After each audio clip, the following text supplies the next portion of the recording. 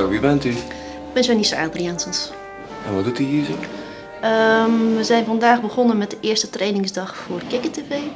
En dat vindt nu plaats in het Swin College. Wat is Kikker TV? Kikker TV is een lokale televisie voor en door jongeren.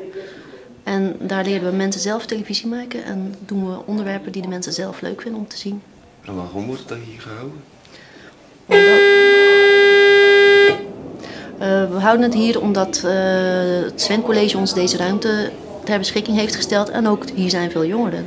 Daar kunnen we veel nieuwe pupillen recruteren.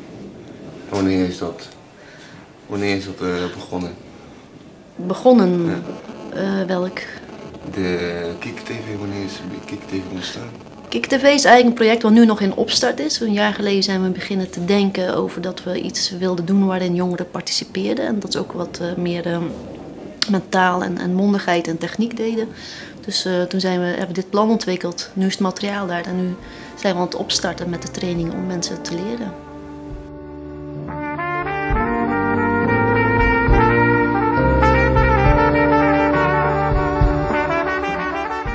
Wat doe je hier bij Kikker TV? Ik geef je les. Ik ben gevraagd om jullie op te leiden. Jullie zijn helemaal nieuw.